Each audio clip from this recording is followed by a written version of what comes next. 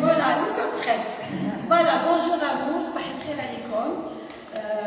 merci à mon très beau public qui est là. Merci à Madame Miri d'avoir répondu à notre invitation, comme à celle de Madame Selima Edouni avec le bel Oran. Beit Cher peut-être, non? Ou non? Non, mais je peux le bel Oran, mais aussi Beit Cher avec qui tu travailles énormément, bien sûr, bien sûr. Voilà, moi donc je fais un petit peu ma dernière introduction de conférence, mais ce n'est pas la dernière dans la vie, ce n'est pas la dernière à Oran et dans l'Algérie. Je compte continuer quand même ailleurs. Voilà, donc pour ceux qui le savent, la bibliothèque Sophia ferme le 30 juin pour des raisons économiques. Les raisons économiques sont que le diocèse d'Oran n'a pas d'argent pour assurer mon salaire et ma déclaration sociale. Se rajoute à cela la baisse des inscriptions. Voilà, pour que les choses soient claires. Je sais que je suis en enregistrement et en direct et je veux que le public virtuel l'entende. Cela veut dire qu'à partir du 30, la directrice de la bibliothèque Sophia se retrouve en chômage et je lance un appel pour une demande d'emploi dans mon domaine. Je suis docteur en philosophie et je suis dans le domaine culturel et artiste dans la musique andalouse. Voilà, j'ai donné mon petit CV.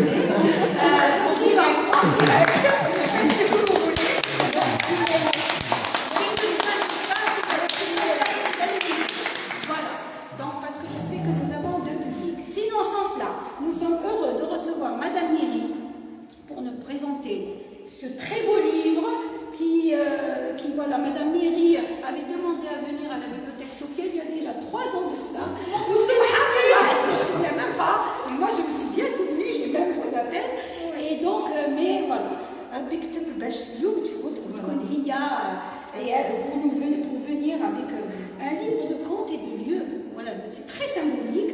Et du Tassim Najer, notre belle Algérie. Voilà, un très beau livre, plein de photos, très beau livre touristique, très beau livre culturel. Voilà, donc, on la remercie pour cela. Ça a failli s'annuler, finalement. On a dit on continue, c'est ça, ça se tient, ça se tient. J'annonce aussi que malheureusement, pour les autres intervenants qui devaient passer le mois de mai, Inch'Allah, je ne peux pas les assurer, mais Selima a l'autorisation, elle a le feu vert, c'est même pas une autorisation, c'est un feu vert de les prendre dans d'autres espaces, puisqu'elle s'y connaît très bien, on est en d'autres espaces sur la ville d'Oran, il y a d'autres espaces qui pourront les recevoir, peut-être encore mieux que la bibliothèque Sophia. En l'occurrence, le théâtre d'Oran et tous les autres espaces privés qui, eux, vont rester ouverts et sont sous l'égide des autorités locales de la ville. Donc, dont Selima a accès. C'est-à-dire que la vie culturelle continue dans la ville d'Oran et dans toute l'Algérie. Et tu peux sortir aussi de la ville d'Oran, tu peux aller à Mustaqalem, à Tlemcen, à Alger. Les gens vont te recevoir avec plaisir, ils ne cherchent que ça. On peut te refiler du réseau. Il n'y a pas de problème. Voilà, c'est ça, j'ai trop parlé. Moi qui ne voulais pas parler, je passe la parole à Selima pour continuer. Voilà. Merci beaucoup. À Madame Miri. Merci. Voilà, je vous en prie. Et bonne conférence. Merci. Voilà, j'ai du travail.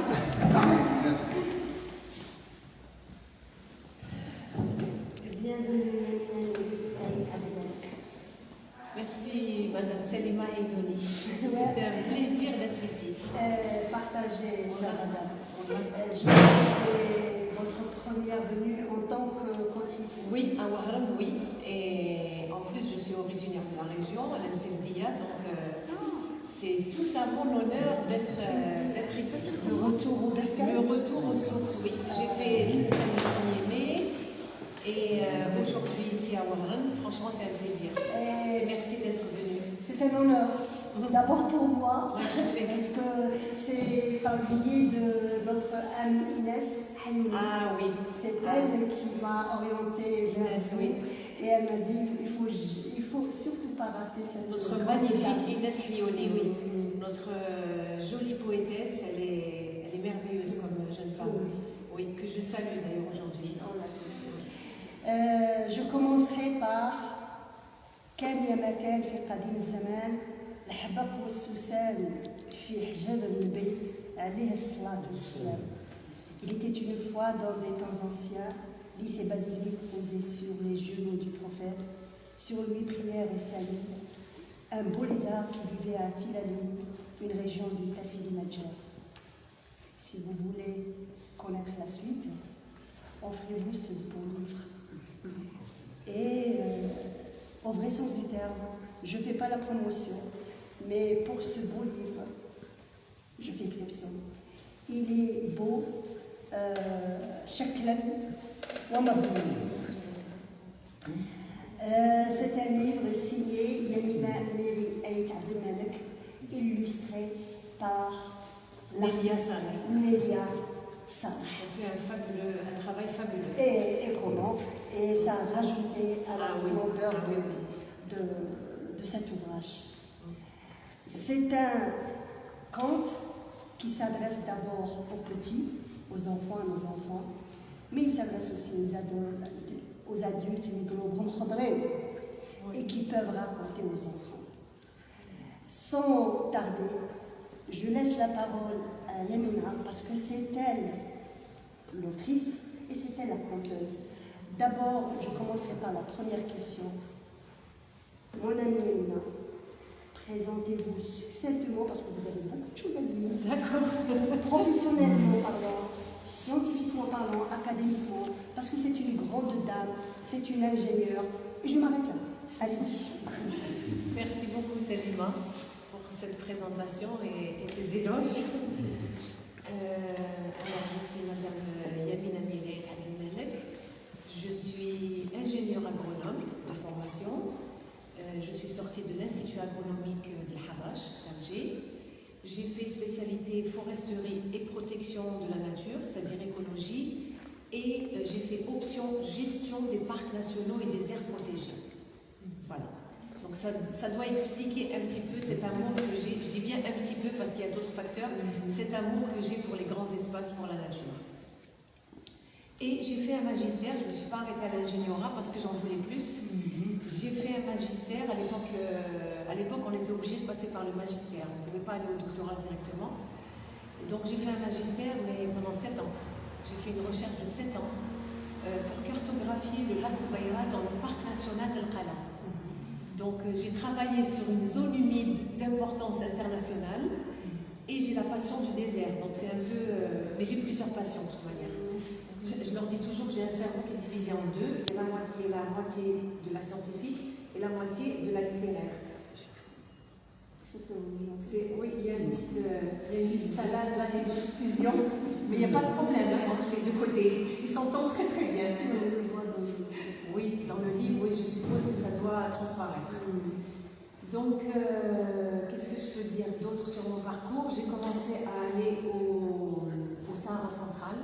Oui, et c'est ça la deuxième étape, c'est-à-dire depuis, j'ai lu quelque part que depuis 2009, c'est votre première découverte du grand désert dans le cadre de 2009. Oui, alors c'est pas tout à fait 2009. 2007, j'ai commencé à aller à Tamarasset. Disons que j'ai été à Tamarasset en voyage de noces. On ne fait pas comme tout le monde. Et donc, je n'avais pas d'enfant, c'est le premier voyage qu'on a fait. Et ensuite, je suis retournée à Tamarasset avec mes 2 petites filles en 2007. Et là, on a commencé à bivouaquer, à visiter, à marcher en 2007. On a fait Tamarasset et en 2008, on a commencé à faire le parc national, parc qui est devenu parc culturel entre-temps, le parc culturel du Tassili-Nadjar. Donc quand on a commencé à aller en 2008 au parc culturel du Tassili-Nadjar, on ne pouvait plus aller ailleurs. C'est simple. On a commencé à y aller chaque année, 1 fois par an, et ensuite 2 fois par an, et maintenant 3 fois par an pratiquement, pour faire des circuits, se ressourcer, on en reparlera, mais aussi pour animer des ateliers. J'anime des ateliers éducatifs et culturels avec les enfants. Sur place? Sur place. On en parlera après si vous voulez. Oui, c'est des ateliers de sensibilisation culturelle et éducatif. Ils ont vraiment plusieurs objectifs, ces ateliers. C'est comme ça que j'ai commencé à y aller encore plus souvent. Parce que mon écriture n'a pas uniquement comme objectif le fait de raconter les choses. Ça, c'est un volet. Je raconte les choses, j'aime les partager. Mais il n'y a pas que ça. Parce que tu l'as lu, Selima, l'objectif principal, je crois vraiment que c'est une alerte et c'est un ouvrage pour sensibiliser l'entourage à la sensibilité, à la fragilité du patrimoine archéologique et à la fragilité des écosystèmes sahariens. C'est vraiment l'objectif de tous mes travaux en fait. Que ce soit ce livre, que ce soit le premier, que ce soit les ateliers. C'est ça. C'est tirer la sonnette d'alarme sur la fragilité de ce patrimoine et essayer de faire quelque chose, un tant soit peu quelque chose. C'est le premier, c'est quoi? Alors le premier, malheureusement je ne l'ai pas ramené parce que il n'y en a plus, il est en rupture de stock. J'ai fait un récit de voyage. Il s'intitule 6 jours sur le plateau du Tassili Nadjer. En fait, on a fait 6 jours. Le plateau du Madert, je pense que vous en avez entendu parler. Je pense que vous avez plus entendu parler de Safar. Voilà. En fait, la prononciation d'Aham, c'est Safar. Oui, Safar. Donc, les gens parlent que de Safar. Je ne comprends pas trop pourquoi. Et la Tadrat. Voilà, la Tadrat, c'est en bas, mais Safar, c'est sur le plateau du Madert. Donc, c'est difficile d'accessibilité. C'est un circuit qui se fait entièrement à pied, avec les ânes qui portent nos effets, parce que c'était extraordinaire. Je rêvais, ça faisait 10 ans que je rêvais de faire ce plateau, et quand je l'ai enfin fait, il fallait que je partage cette expérience. C'est vraiment le partage qui m'a poussé à écrire ce récit, et les amis qui étaient avec moi aussi, ils m'ont dit, il faut absolument que tu écrives, parce qu'on sait que tu prends des notes, on sait que... Et c'est comme ça que je me suis lancée dans l'écriture, en fait. J'ai toujours écrit, mais ça, c'est l'écriture qui a été éditée. Et c'est toujours votre écriture, elle ne dissocie pas le côté scientifique de chez vous et puis le côté magique. Non, du tout. Du tout. Même dans le récit, c'est un petit livre. Alors, beaucoup de personnes m'ont dit, ah, c'est un guide. Je leur dis oui, c'est un guide. Ça peut être un guide, effectivement, parce que je nomme les lieux, les altitudes, les étapes de marche, mais pas que. Parce que j'ai fait d'énormes recherches sur les peintures rupestres qu'on a eu le privilège de voir. Je me suis basée, justement, le monsieur est parti, mais je me suis basée énormément sur les recherches encyclopédiques de Madame Malika Hachid, qui a fait un travail extraordinaire et qui a été directrice du parc culturel du Tassili. Je me suis basée aussi sur les premiers écrits des premiers Français qui sont arrivés avec la colonisation, notamment les écrits de Henri Duveyrier. J'ai eu la chance d'avoir ce livre entre les mains, et c'est un livre qui date du 19e siècle. Donc c'est les premières observations sociologiques, archéologiques, botaniques. Donc je me suis basée un peu sur tout ça. Ah oui. Et les écrits aussi d'Henri Lotte, le fameux Henri Lotte, qui a fait une très longue mission entre 1956 et 1957 et qui a énormément écrit. Il n'a pas fait que de bonnes choses, on pourra en débattre si vous voulez, mais il a fait aussi des bonnes choses. Le regard scientifique, il faut le dire. Oui, bien sûr. Le regard scientifique, c'est le regard scientifique. On reconnaît l'apport de la personne à la science. Donc ça, c'est indéniable. Et voilà un petit peu comment a commencé cette aventure. Et j'ai commencé à lire, à questionner aussi. Parce que comme je vous l'ai dit, j'y allais une fois par an et ensuite plusieurs fois par an. J'ai eu la chance de rencontrer aussi ma deuxième famille de Janet, comme je les appelle, qui m'ont aussi beaucoup apporté. Voilà, pour la conception de ce livre, vous ne l'avez pas fait tout seul. Non. Il y a eu beaucoup de gens qui m'ont racontez-moi aidé. La conception du livre. À quel moment vous est venue l'idée et comment vous l'avez... Alors, à quel moment m'est venue l'idée de ce livre? C'est très simple. En fait, en réalité, ce livre existe avant le récit, 6 jours sur le plateau. Sauf que pour éditer 6 jours sur le plateau, j'ai ouvert une parenthèse, celui-là il est resté dans le tiroir.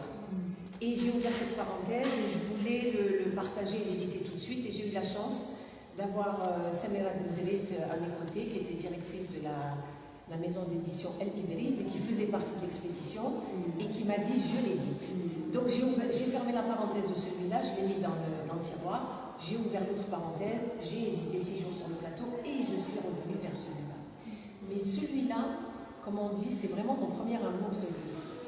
Parce que ces contes, la dernière fois j'étais en train de réfléchir et je discutais avec mon mari. J'ai commencé à écrire ces contes en 2011. Donc ça fait quand même un petit paquet d'années. Et c'est resté dans le tiroir, pas vraiment parce que je l'ouvrais souvent. À chaque fois que j'avais un moment, je retravaillais les textes. En fait, c'est des textes qui ont vraiment fermenté. C'est un travail qui a été fait petit à petit. Et à un moment, j'ai été poussée par le partage. J'ai été poussée par le partage et je sentais en moi-même cette volonté de rendre en fait à la région tout ce qu'elle m'avait apporté, tout ce que mes amis m'avaient apporté et m'avaient donné comme cadeau, comme information, comme partage, comme comment vous dire, comme histoire, et le cadeau de la nature que j'ai eu aussi. C'est cette nature qui est absolument merveilleuse, on pourra en revenir là-dessus, cette magie. Et je voulais absolument écrire ces contes parce qu'en écrivant des contes, les contes c'est un peu une fiction, parce qu'il y a des contes que j'ai carrément montés de toutes pièces. C'est juste pour la conception, c'est-à-dire, est-ce que l'idée d'avoir des photos, puisque c'est un beau livre, oui, il faut beaucoup d'aide. Oui. Est-ce qu'il y a eu une aide? Voilà, je voulais comprendre. Tu as raison, c'est une fois de me rappeler alors, voilà. Parce que je me disperse. Parce que c'est un beau livre, il faut oui. beaucoup oui. être épaulé. Eh ben, je vais répondre à ta question concrètement. Alors, ce beau livre existe grâce à la collaboration avec Nélia Sabat. Je n'aurais jamais pu le faire entièrement toute seule. C'est vrai que je dessine et que je peins, mais je ne peux pas tout faire. C'était pas possible. Je ne pouvais pas me concentrer sur l'écriture, sur la conception aussi que j'ai réalisée avec Nélia Sabat et sur les dessins. Donc j'ai choisi cette jeune femme qui était venue par hasard à l'une de mes rencontres. J'avais vu son travail, elle venait de sortir de l'école supérieure des Beaux-Arts d'Alger. J'ai eu l'occasion de voir son travail et son travail m'a parlé. Parce que j'ai senti en elle cette sensibilité que je recherchais chez la personne qui devait illustrer mon livre. Et c'est comme ça qu'on a collaboré. Et on a collaboré à distance. Parce qu'au moment où je l'ai sollicitée, elle partait. Elle partait pour continuer ses études en Europe. Et elle m'a dit, il n'y a pas de problème, on pourra travailler avec les réseaux, à distance. Et c'est ce qu'on a fait pendant 1 an et demi quand même. Et pendant 1 an et demi, on a travaillé que la conception et les illustrations, car les textes étaient déjà faits. Hein. Ils étaient ficelés, faits, revus et re-revus. Ça se prépare. Ah oui, ça se prépare.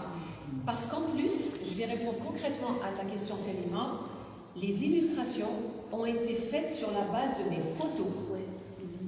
Parce que je voulais que lorsque quelqu'un qui connaît la région ou les gens de la région ouvrent le livre, je voulais qu'ils reconnaissent les paysages, je voulais qu'ils reconnaissent les costumes authentiques, je voulais qu'ils reconnaissent les bijoux, la coiffure, absolument tout, même le type de la région. Donc on a énormément travaillé parce que je lui ai envoyé mes photos et on discutait. Oui, ça c'est Erer. Les gens qui connaissent Erer reconnaissent directement la région d'Erer. C'est une zone humide c'est un wet permanent qui coule, qui est magnifique, il y a un canyon même. C'est vraiment magnifique Erer, c'est une région extraordinaire. Donc voilà comment a travaillé Nélia. Je lui ai même envoyé des photos de végétation aquatique parce que je voulais que quand elle réalise les illustrations de la Reine et le Crocodile, du coup qui se déroulent à Erer, je voulais qu'on reconnaisse la végétation aquatique. Elle le dit d'ailleurs, on a eu l'occasion de faire la première rencontre à Alger et elle était présente. Elle passait un séjour à Alger et donc on a fait la rencontre à deux. Elle leur a dit, elle m'a même embêtée, elle m'a dit non, ici c'est pointu, ici c'est plus foncé. c'est vrai que je l'ai vraiment poussée très loin. Mais elle est très contente parce que maintenant elle a une expérience et franchement ces illustrations sont le miroir de mes contes et de mes C'est-à-dire que ce ne sont pas seulement des photos, des couleurs, ce sont aussi ce sont des traces réelles. Oui, oui. Jusqu'aux constellations, pour les personnes qui remarquent, jusqu'aux constellations, je voulais que la petite ours et la grande ours apparaissent comme on la voit là-bas. Donc je lui ai envoyé des photos. Pas que des étoiles comme ça. Ah non, non, c'est... franchement, elle a fait du beau travail et je l'en remercie. Je l'en remercie et je la félicite, vraiment. Merci Nelia Salah. Et la conception aussi, Selima. L'infographie, c'est elle. L'infographie, c'est elle qui a monté le livre, en fait.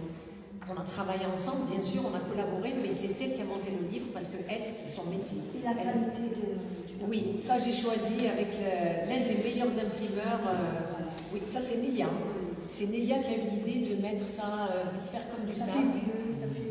Oui, on voulait que ça ressemble à du sable en fait. Vraiment. Oui. Et l'imprimeur aussi a joué le jeu. Et ça fait... Ça c'est l'idée. Alors ça pour votre information, c'est la reproduction de véritables peintures rupestres qui vont faire l'objet très bientôt d'un album de coloriage que je vais sortir. N'est-ce pas? Et donc Nelia a une idée, elle m'a dit puisque tu as déjà les planches, on va les utiliser pour faire on va appeler ça la deuxième de couverture, et ça a été franchement une riche idée. Oui, parce qu'il n'y a pas que les planches, il y a le travail, il y a l'écran, c'est un écran, c'est le bijou, et l'écran est magnifique. Il y a aussi, dans le livre, il y a des reproductions de gravures rupestres, de peintures rupestres. Voilà. Ça, c'est moi qui ai réalisé ça, avec un logiciel, à travers mes photos, j'ai appris à le faire. Et ça va faire l'objet d'un album de coloriage, justement, pour enfants et pour adultes. Voilà, il y a celle-là aussi. En fait, on voulait que le livre soit un peu... On voulait que la lectrice et que le lecteur ne s'ennuie pas. Nonobstant, en dehors du texte, on voulait que l'œil soit accroché. Donc il y a 2 ou 3 photos, il y a quelques reproductions de peintures rupestres. Des détails historiques. Voilà, il y a des glossaires. Les glossaires, j'étais pratiquement obligée de les faire parce que je voulais que les contes soient aussi le vecteur de la culture Tamaha. La culture des Touaregs. Tamaha, oui. Je voulais que ces contes soient un peu un vecteur, qu'ils soient le support de cette culture. Comment? J'ai décidé d'utiliser des mots, des termes Tamaha dans mes contes.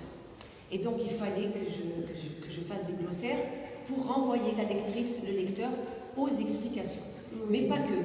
Dans les glossaires, il y a les lois de protection, la loi algérienne par rapport à la protection des espèces, il y a des informations par rapport aux plantes vénéneuses que je cite dans les contes, la biologie des animaux aussi, enfin il y a énormément de choses dans les glossaires. Un travail très pointu, très poussé sur les minerais, sur les animaux, sur les plantes, sur les us et coutumes. Aussi. Ouais. Aussi. Et on apprend beaucoup de mots. Moi j'ai Ekanasi, c'est le hérisson. Oui. Moula moula, ou tamoulette, c'est le petit oiseau, qui a tête blanche. Alouchaf, crocodile. Oui. Tazedemt, scorpion. Tachilit, vipère à cornes. Agzar. C'est-à-dire on apprend beaucoup de mots. Tamcha, c'est ça? Oui, Tamaha. Tamaha, la langue touareg. Maintenant, on essaie aussi de parler du contenu. Le contenu, oui. On essaie aussi d'en parler parce qu'il y a beaucoup à dire. C'est magique. C'est un conte qui contient 7 escales. 7 escales, oui. Vous aimez C'est exact. 7 escales, 7 contes. 2 contes qui traduisent 2 légendes. Oui. Un qui parle d'un fait historique. Absolument. Et les 4 autres, c'est la fiction, mais c'est une fiction qui part de la biologie, qui part de l'archéologie, qui part de la culture tamarane. Cette fiction est basée en fait. Elle est, oui. parler du conte. Alors, effectivement, tu as bien résumé, Selima. Il y a deux légendes, véritables légendes qu'on m'a racontées là-bas. Il y a Inmoulouden, la légende du petit bébé qui marche à quatre pattes. Ça veut dire, Inmoulouden, ça veut dire marcher à quatre pattes, en tamara. Et il y a les vaches pleureuses de Terrebret. Ça aussi, c'est une légende qu'on m'a racontée. En fait, c'est la première légende qu'on m'a racontée, c'était les vaches pleureuses. La deuxième, c'était Inmoulouden. Mais j'ai dû aussi romancer ces légendes, les mettre dans un environnement, inventer un entourage et un climat, parce que vous savez, Touareg, la parole est d'argent, le silence est d'or, il l'applique. Hein. Quand il vous raconte une légende, c'est 4 phrases, pas plus. Donc, il fallait que je gratte, il fallait que je monte. C'est du diesel. Voilà, mais j'ai réussi quand même. Trop de paroles. J'ai réussi quand même. Ah, le silence, c'est sacré, hein. C'est magnifique d'ailleurs.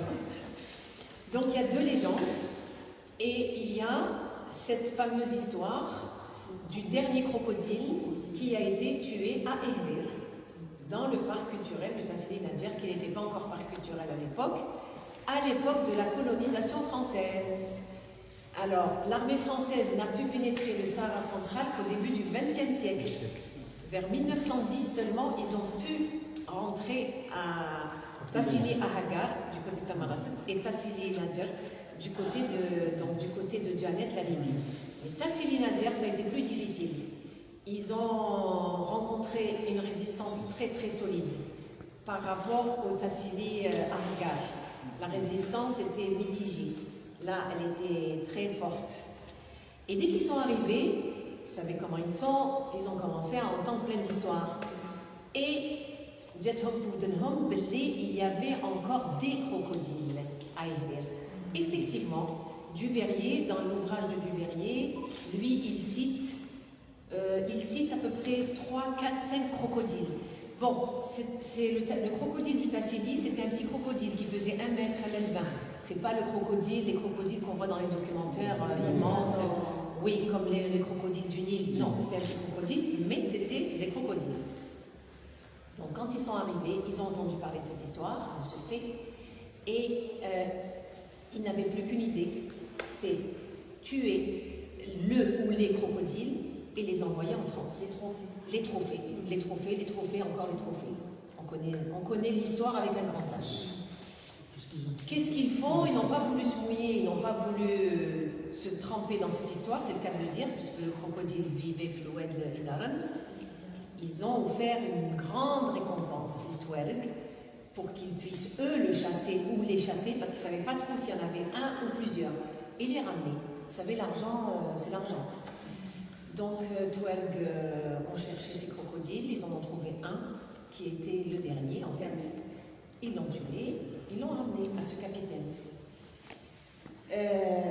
Quand le capitaine, je vais vous raconter cette anecdote parce qu'elle est très rigolote, quand le capitaine a fait son courrier à sa hiérarchie à Paris, il leur a dit voilà, on a tué le dernier crocodile, pour lui c'était quelque chose. Vous dites là, c'est historique. C'est vérifié. Ah oui, j'ai fait des recherches.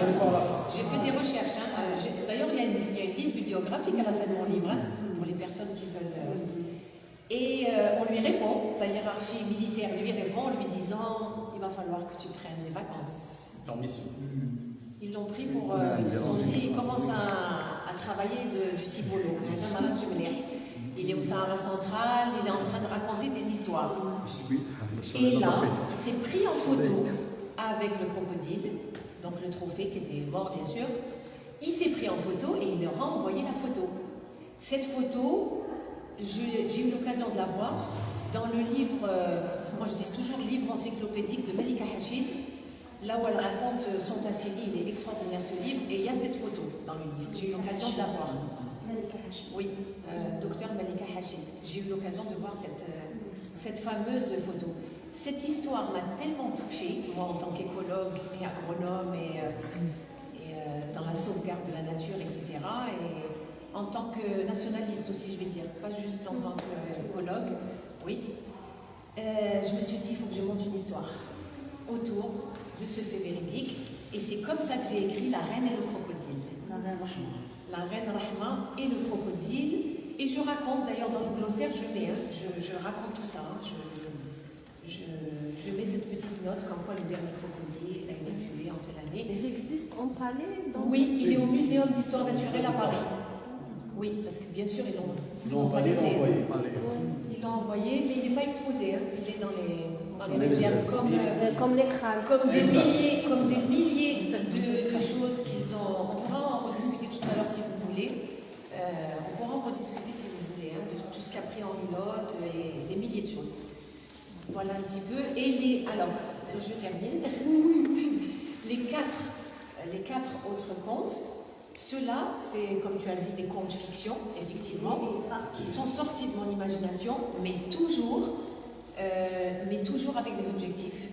Et donc, ils ont été montés. J'ai mis en scène des personnages animaux, j'ai mis en scène des personnages plantes, j'ai mis en scène des roches, la rose des sables, et aussi il y a des contes où je mets en scène des êtres humains pour justement mettre en avant la rareté des écosystèmes sahariens, particulièrement la rareté, la fragilité des plantes, donc de la flore, et aussi la fragilité de la faune, donc des animaux.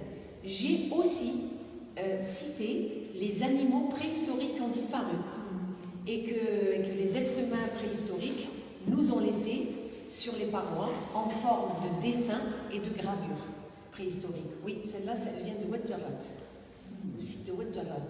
Ça a existé. Et c'est comme ça que j'ai monté mes contes. En fait, c'est pour attirer l'attention. Je n'ai pas choisi, c'est pas anodin. Le choix des plantes, le choix des animaux, c'est pas anodin. Tout a été réfléchi, choisi. Ce n'est pas ludique. Non, pas que. Ce n'est pas seulement instructif, ce n'est pas seulement informationnel. Il y a un message, il y a une profondeur pour la jeunesse, pour qu'ils apprennent notre sud, de regard le mystère, de richesse. Et pour qu'ils le protègent aussi. Et j'ai saupoudré tout ceci de magie, parce que quand même c'est des contes. Donc il fallait aussi qu'il y ait de la magie. C'est une photographie, ça? Oui, ça c'est ma photo. Une vraie. Et ça ressemble à quoi, à votre avis? Il y a une tête, c'est une tête là. Oui, il y a une tête, oui. Allez, c'est un animal. On va vous mettre sur la voie, c'est un animal. C'est l'hérisson. Exact. Exactement. Je me rappelle, je l'ai vu. Exactement. L'hérisson. Le hérisson. Et le lieu, Ça c'est la cataracte. et le lieu s'appelle C'est canacite. C'est Canacite Le qui lieu veut s'appelle dire hérisson. oui, Canacite. Oui, C'est vrai. le lieu s'appelle comme ça. L'anecdote, c'est que j'ai monté un conte parce que j'ai été inspirée par cette roche, par cette vue en fait. Parce que quand on est. C'est en 2009, elle date de 2009 cette photo. Quand on est arrivé sur les lieux, c'était en décembre 2009, on avait pris un peu de retard.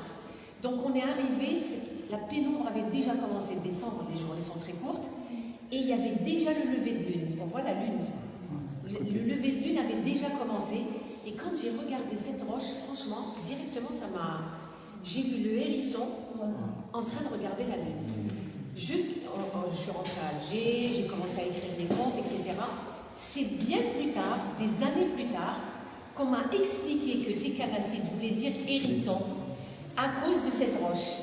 Donc franchement, c'est fou cette coïncidence. Et le conte est merveilleux. Il plaît beaucoup, hein. Je ne vais pas vous le raconter. Il plaît. Et le choix du chiffre 7, de 7 comptes. Pourquoi 7? Pourquoi pas 8? Pourquoi 6? On a un inspiré ça? Je vais vous faire une confidence. Hein. Franchement, c'était par hasard. Par hasard. C'était par hasard, je me suis arrêtée à 7. Mais comme on dit, rien n'arrive par hasard. Effectivement, le 7, c'est vrai que le 7, c'est un chiffre qui est mythique, qui est plein de Signifie aussi l'infini aussi. Ésotérique, comme tu dis. En plus, ma sœur est née un 7 aussi. Donc peut-être que c'est resté dans ma tête. Mais c'est vrai que c'est un peu par hasard.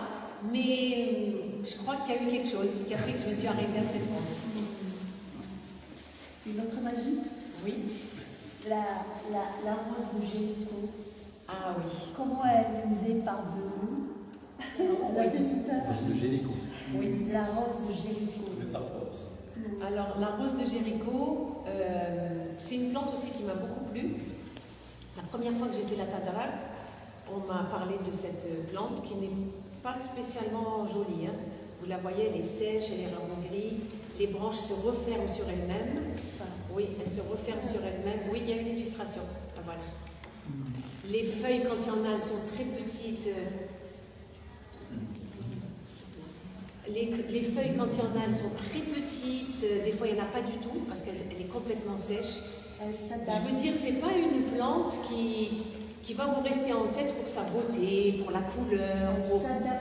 Elle s'adapte, en fait, elle s'adapte au climat.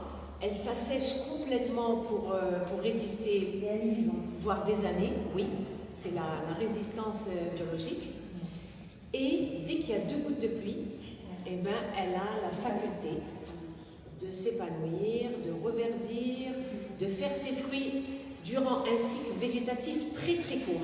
Ça, c'est l'adaptation des plantes du désert, hein. de pouvoir fermer le cycle végétatif, ce qu'on appelle, c'est-à-dire verdir, faire les fruits, faire tomber les graines et se remettre en dormance ou mourir, ça dépend. Donc c'est ce qu'on appelle le cycle végétatif et ça c'est l'adaptation des plantes du désert. Mais ça, non seulement la plante m'a un peu fascinée par rapport à son cycle végétatif, sa forme, etc. Mais je voulais faire un clin d'œil à la Palestine, qui est aussi chère à notre cœur, à toutes et à tous. Oui, donc je me suis dit, voilà une occasion d'écrire un conte sur cette plante rare qui me plaît et en même temps de mettre en avant la Palestine et le peuple palestinien parce qu'elle s'appelle la rose de Jéricho. Et quand j'ai fait mes recherches, je me suis rendu compte qu'il y en avait aussi à Jéricho, Ereha, et eux ils l'appellent Kef Maryam, c'est-à-dire la pomme de Myriam, de Marie. Nous on l'appelle, il l'appelle Akaraba. Et on l'appelle aussi, dans certaines régions, Filoued, il l'appelle Yid Fatima bint Nabi, c'est-à-dire la main de Fatima, la fille du prophète. Donc franchement, l'inspiration a été multiple pour écrire ce conte. Et en plus, ce conte m'a donné l'occasion de parler de la préhistoire. Parce que je voulais que mon livre ouvre l'esprit aux enfants et aux adultes aussi, hein, sur la préhistoire de l'Algérie et toutes ces richesses que nous avons. Donc dans le conte, il y a un dialogue entre la rose de Jéricho et la rose des sables. La rose des sables lui explique que le Sahara n'a pas toujours été Sahara, désert, que ce n'est pas que du sable et des roches et que à qui sait regarder, chercher, patienter, il trouvera des peintures rupestres et des gravures où il va avoir toutes ces informations sur les animaux, etc. Voilà un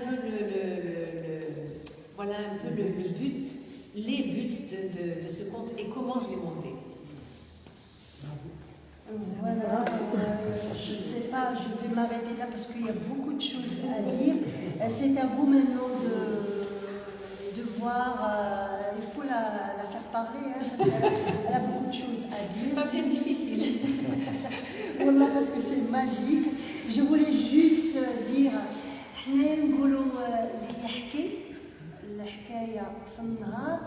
faut pas raconter le jour parce qu'on est garant. Oui. Le sud, chez le Goulou. Alors, le sud, c'est magnifique ce qu'ils disent. C'est similaire, mais c'est magnifique. Ça, c'est une amie Targuiya, Khadija, qui m'a raconté ça. Elle m'a dit, moi, quand j'étais petite, ma mère, qui était hajina, تقولنا ما تشوفوش السماء parce que bien sûr tout se passait à l'extérieur. تقولنا ما تشوفوش السماء, il ne faut pas regarder le ciel parce que si vous regardez le ciel étoilé, il va y avoir des étoiles qui vont tomber et les étoiles, ce sont nos ancêtres. Donc ça c'est extraordinaire parce que l'enfant ne regardant pas le ciel, donc il regarde à côté ou par terre. Et donc, il va s'endormir sur les paroles de la grand-mère, ou de la mère, ou de la tante, ou de la sœur. Il va être concentré et il ne va pas regarder ce ciel merveilleux. C'est vrai que le ciel est absolument merveilleux. Et j'ai trouvé ça magnifique, vraiment. C'est très très beau. C'est très très beau et c'est pour ça que j'en parle aussi dans l'aide des contes. Entre la magie du ciel et la magie du conte, il fallait trouver l'astuce. Oui, oui, bien sûr. Ça, c'est les astuces de l'écriture aussi. Il faut trouver quelquefois des compromis. En fait, dans ces contes, j'ai mis un peu toutes les folies. Je voulais mettre toutes les folies peut-être d'écrivaine, entre guillemets, même si je ne me considère pas écrivaine, mais je voulais mettre toutes mes folies d'autrices, d'écrivaines, et en même temps toutes les informations scientifiques et toutes les informations quant à la culture tamara qu'on m'avait racontée. En fait, ces contes sont le miroir de tout ça. Il y a beaucoup de choses dedans.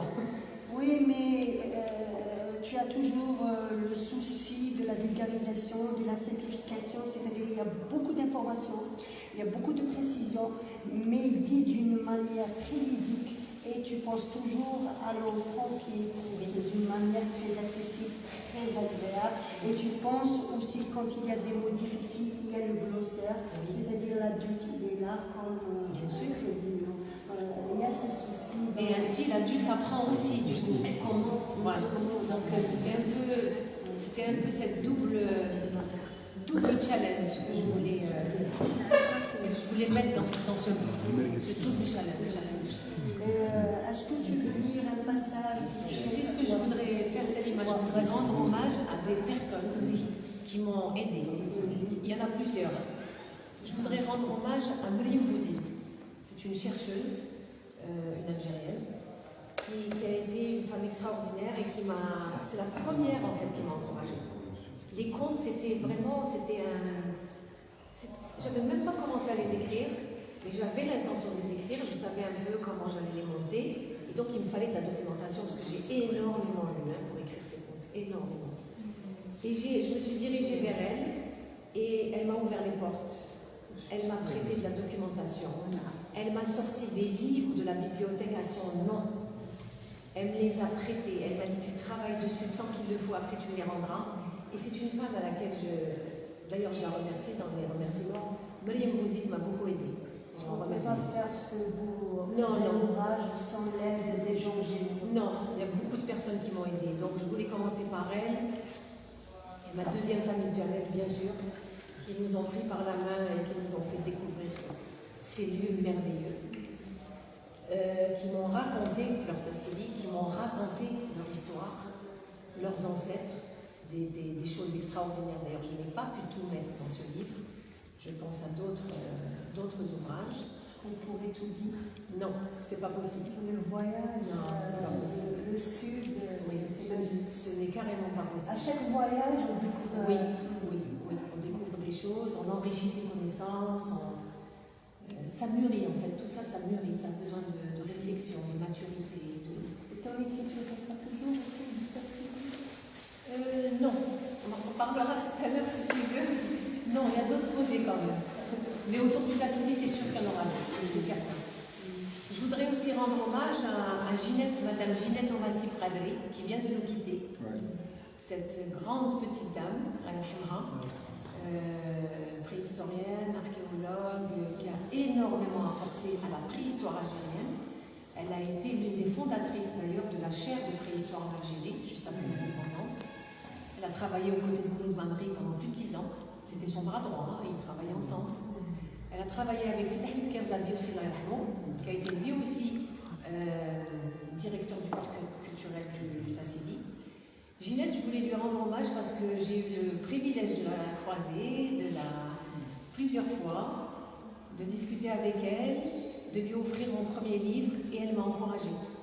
Elle m'a vraiment encouragée, elle avait lu le livre et elle m'a dit « il faut que tu continues, il faut que tu continues sur cette voie ». Et c'est une petite voix qui résonne, de temps en temps je l'entends dans mon oreille, Ginette. Ouais. Il y a quelqu'un d'autre aussi, il y a plusieurs personnes. C'est Samir Atmani, à qui je rends hommage d'ailleurs dans la dédicace. Samir, c'est Tergui, de la région du Tassili Najer, un vrai de vrai, qui j'ai eu l'occasion de côtoyer pendant une dizaine de jours, pas plus, mais ça ne veut rien dire. Le nombre de jours, la temporalité dans ces cas-là ne veut rien dire. Il nous a accompagnés, sur un circuit. Il était chauffeur, il était guide, mais pour moi c'était vraiment un livre. En fait, Samir a répondu à des questions que je me posais depuis plus de 10 ans. Et que je posais à mon entourage là-bas, mais on me répondait à moitié, ou on ne me répondait pas, ou ils ont leur raison. Et Samir vraiment m'a répondu à beaucoup de questions, il m'a ouvert beaucoup de portes. il m'a éclairé sur... Semrat Bali m'a éclairé sur des choses que peut-être les autres ne voulaient pas révéler ou dire, parce qu'ils sont quand même, ils sont très discrets. Hein. Ils sont très discrets sur certains pans de leur culture. Mais Samir m'a parlé à cœur ouvert. Il a senti en moi que j'étais pas là pour l'utiliser ou pour les utiliser ou pour utiliser leur culture ou non. Il a tout de suite compris ma démarche en fait, parce que je lui ai expliqué ma démarche, il l'a comprise et il m'a beaucoup aidé. Meskin Allah yarhamou, il est mort jeune, dans des conditions tragiques et je voulais lui rendre hommage aussi à Samir Atmani. Il y a d'autres personnes aussi, à Mustafa Muller, lui aussi, j'essaye de lui rendre hommage à chaque fois que j'en ai l'occasion. Mustafa Muller est autrichien d'origine, algérien de cœur et de nationalité.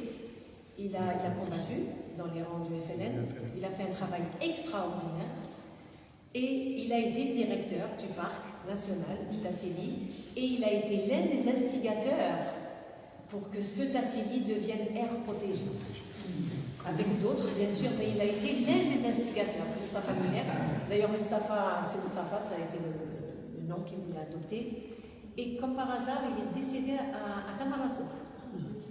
Il est décédé à Tamarasset et il est enterré à Tamarasset et il a laissé 2 enfants adoptifs derrière lui, algériens. Je crois que c'est pas un hasard. Un homme, qui est décédé aussi, son fils adoptif, et sa fille qui vit toujours. Voilà, c'est un peu, je ne pourrais pas rendre hommage à tout le monde, mais ces personnes-là, je voulais quand même leur rendre hommage à l'occasion de cette magnifique rencontre. Oui, en feuilletant ce livre, on sent toute la lumière, toute la force que vous avez fait dans ce livre. Merci, merci pour ce beau livre. Ça fait plaisir. C'est à vous, vous pouvez, oui, Hakim. On vous remercie pour ce que vous faites. Franchement, c'était un moment.